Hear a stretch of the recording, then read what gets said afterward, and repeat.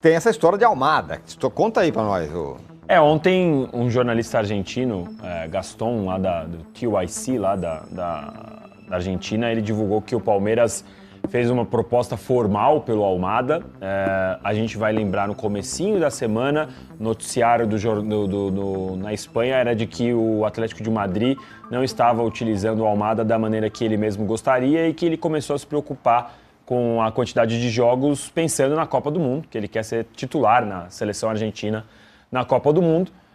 Então que o Almada poderia ser negociado. Na quarta-feira, o Merlo, que é nosso colunista de mercado aqui, deu a informação de que o Grêmio consultou o Atlético de Madrid e que o pedido tinha sido 20 milhões de euros por 50% do Almada.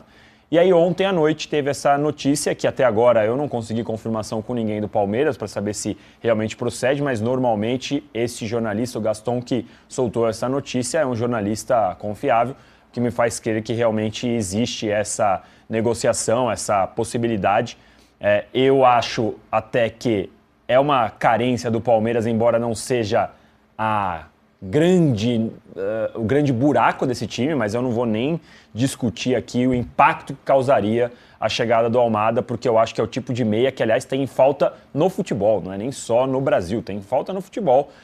O Almada é um cara que mudaria muito o jeito de o Palmeiras jogar, a criação, Já fez etc. no Botafogo, né? Já fez muito isso no Botafogo. Acho até que ele só topou na época sair da MLS pro Botafogo porque ele já tinha a garantia aqui pro Lyon.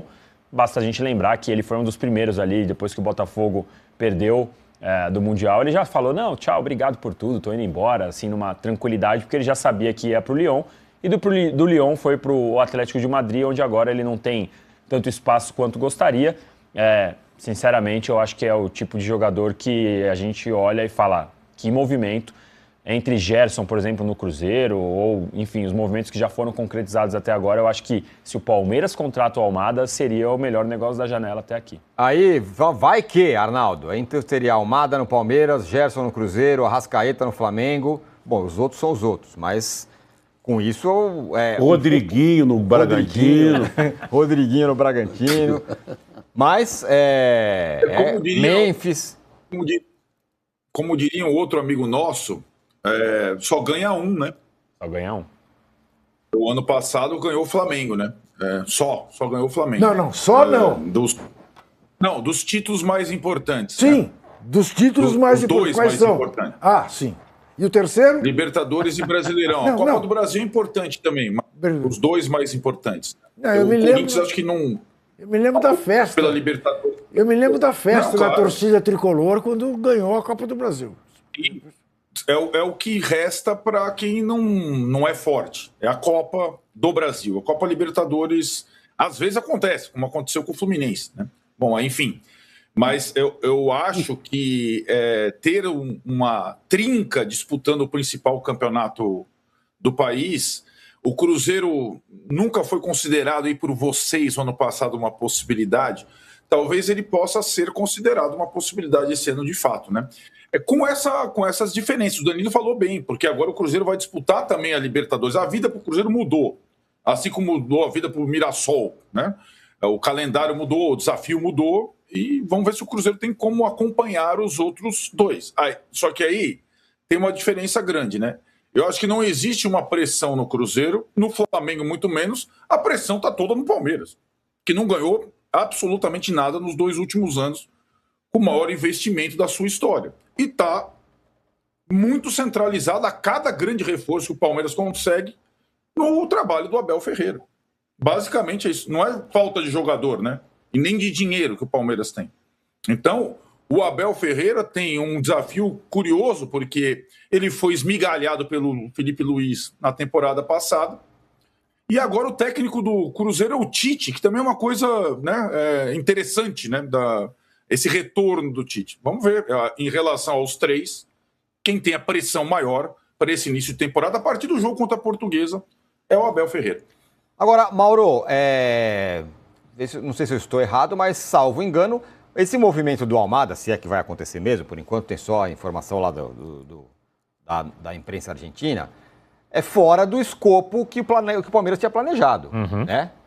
Tanto que investiu o que investiu ano passado, É um negócio meio fora do que programado, vamos dizer assim. Talvez pela concorrência grande que ele está vendo e também por essa pressão que o Arnaldo está falando. Vamos lá. Essa história do Almada começou há 2 dias com um jornalista da Cadena Ser, lá de Madrid, né? Eu fui ver o que ele tinha publicado. Era uma total especulação. Não tinha nenhuma informação do Atlético, nada. Aí no dia seguinte, ou seja, ontem, o Almada entrou no jogo Atlético e Real Madrid. Ele jogou ontem, no segundo tempo, entrou durante o jogo. Certo?